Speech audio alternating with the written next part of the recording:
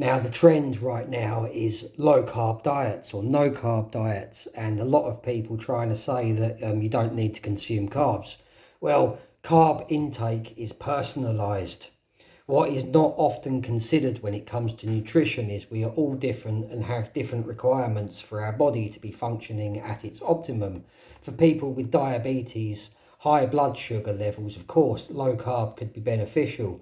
For those with low activity levels too. But what is often overlooked is that your unique genetics and your unique microflora profile probably are the biggest factors in how you convert food into energy, while at the same time keeping your blood sugar and your insulin levels balanced.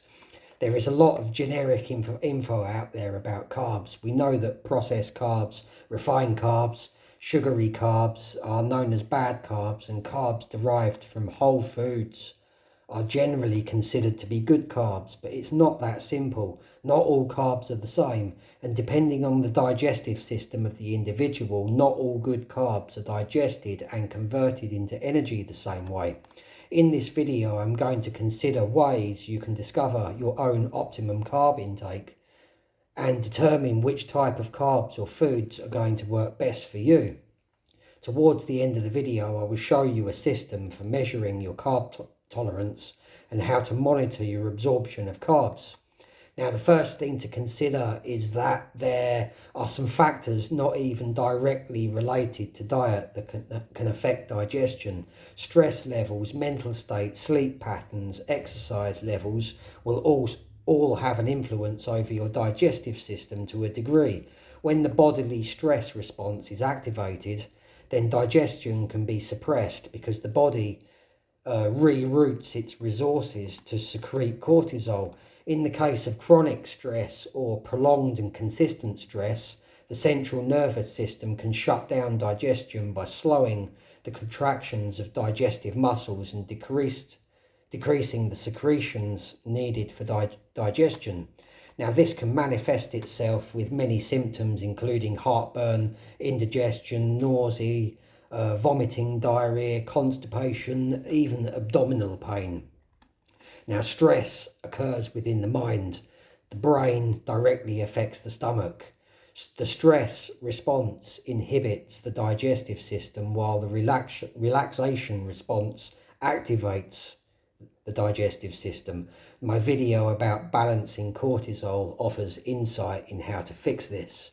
Now, the truth is the digestive tract is sensitive to emotions. Anger, anxiety, elation, sadness, and many others can all trigger symptoms in the digestive system. This is why developing a calmer and more centered being and having our mental and emotional states under our control is so important. A balanced mind correlates to an equally balanced body, and like it or not, your mental states affect digestion and often can display digestive symptoms that can be mistaken for other factors such as intolerance. So first and foremost, address your mental state and seek to fix any imbalances that might be there. Your digestive tract will definitely improve if there are any problems in the mental department, which you then fix. Now, connected to stress and the mental state is our sleep. Changes occur in a digestive process during sleep. The esophagus becomes more prone to gastric acid.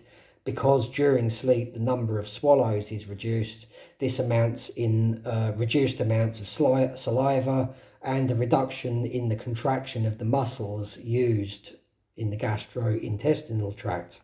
Now, in effect, sleep slows down digestion, so a full stomach at this time of the day can be detrimental.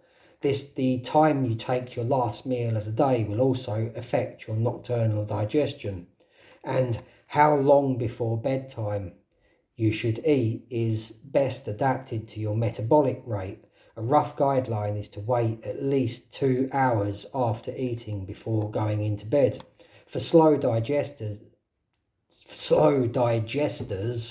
maybe longer will be needed, maybe 3 hours or 4 hours. Gravity aids digestion, and digestion works more efficiently with the body in an upright position.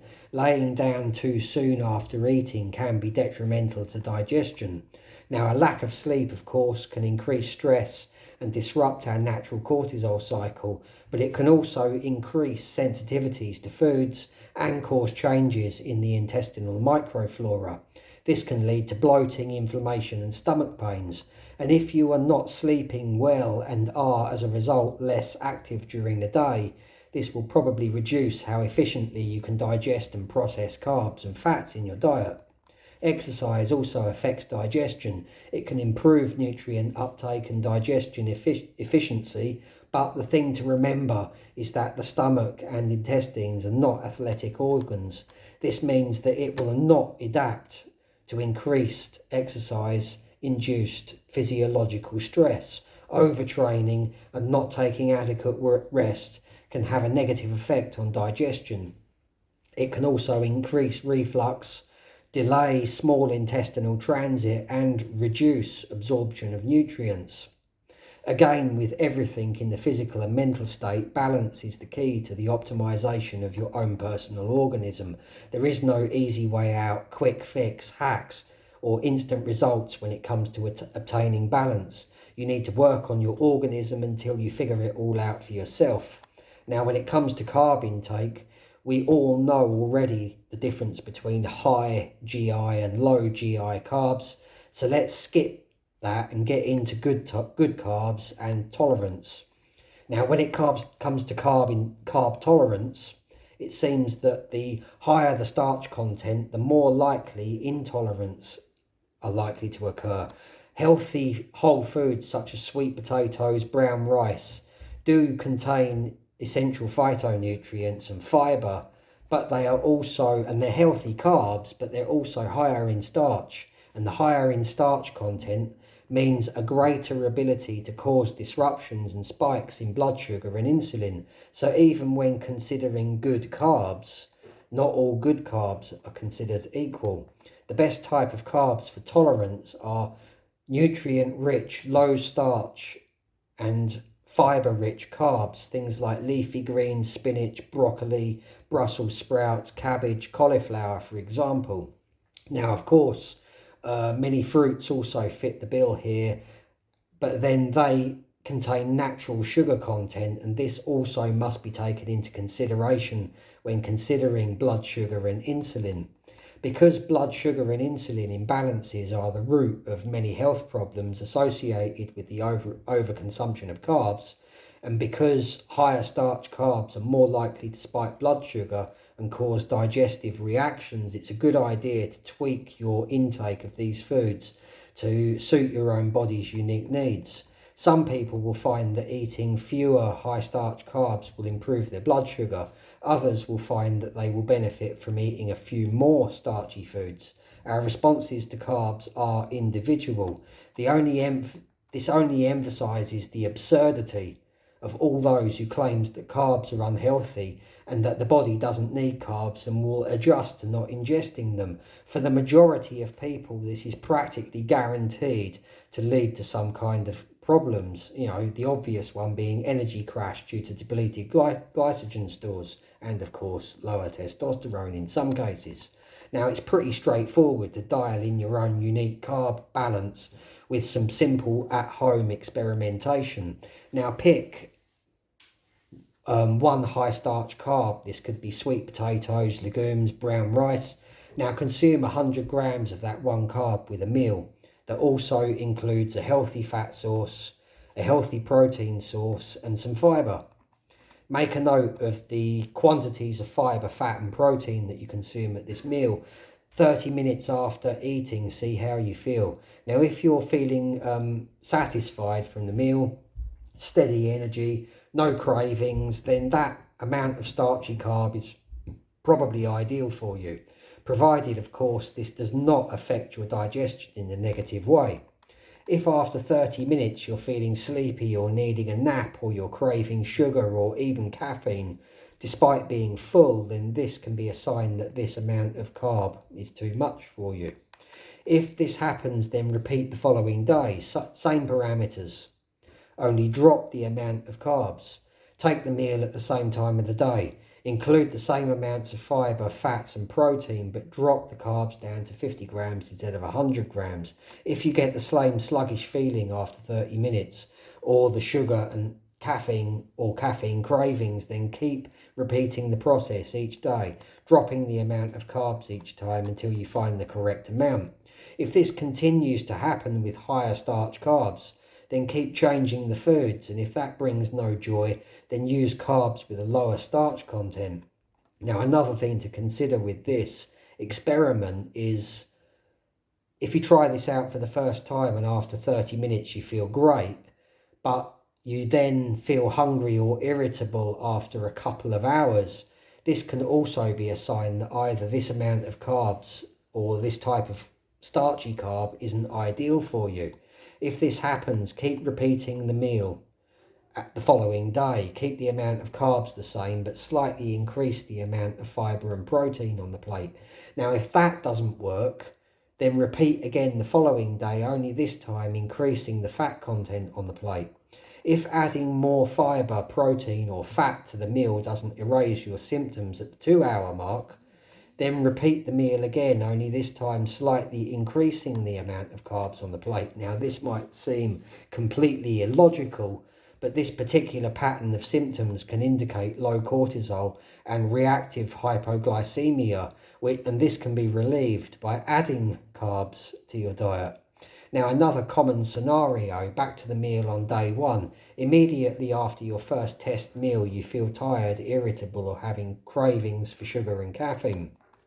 If this happens, then cut the carb amount by half the following day. Now, if that doesn't help, then repeat the meal, increasing the fibre intake. This process of tracking symptoms and reactions to carb intake over time might seem like a waste of time to some, but this is your energy, vitality and optimum bodily balance that we're talking about here. And as you get older, you will thank yourself over and over for making the effort to dial your diet to your own unique requirements. For the quick fix, instant results and needy gratification types, this will no doubt not resonate.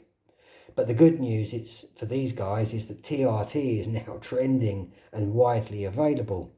Finding your optimum balance, both physically and mentally, is not easy, and it requires some work from you, and this is what puts people off. For those prepared to put in that work, though, you will be still reaping the benefits and feeling younger decades from now.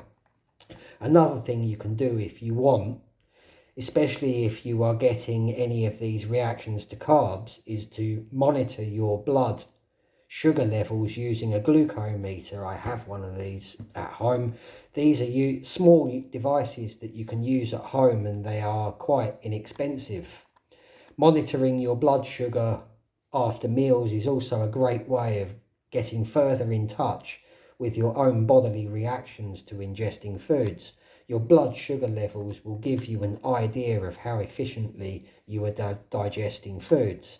I use my device even now after dialing my diet to a state of perfection. I test my blood sugar levels once a month just to monitor myself, and my levels are pretty consistent at about 4.5 to 5 nmol per litre. Carbs are highly beneficial to those who can tolerate them, and most people can tolerate them to a degree. It's all about finding your own optimum requirements. Each body can only store so many carbs. It's all about managing that balance for optimum energy and vitality levels, optimum bodily functioning and optimum health. And being at your optimum means that you are far more likely to have optimized testosterone levels and to keep those healthy into older age. Now, in an age where TRT is trending and many young guys are taking it, optimum natural hormone production is priceless. Subscribe to this channel and follow this series for more.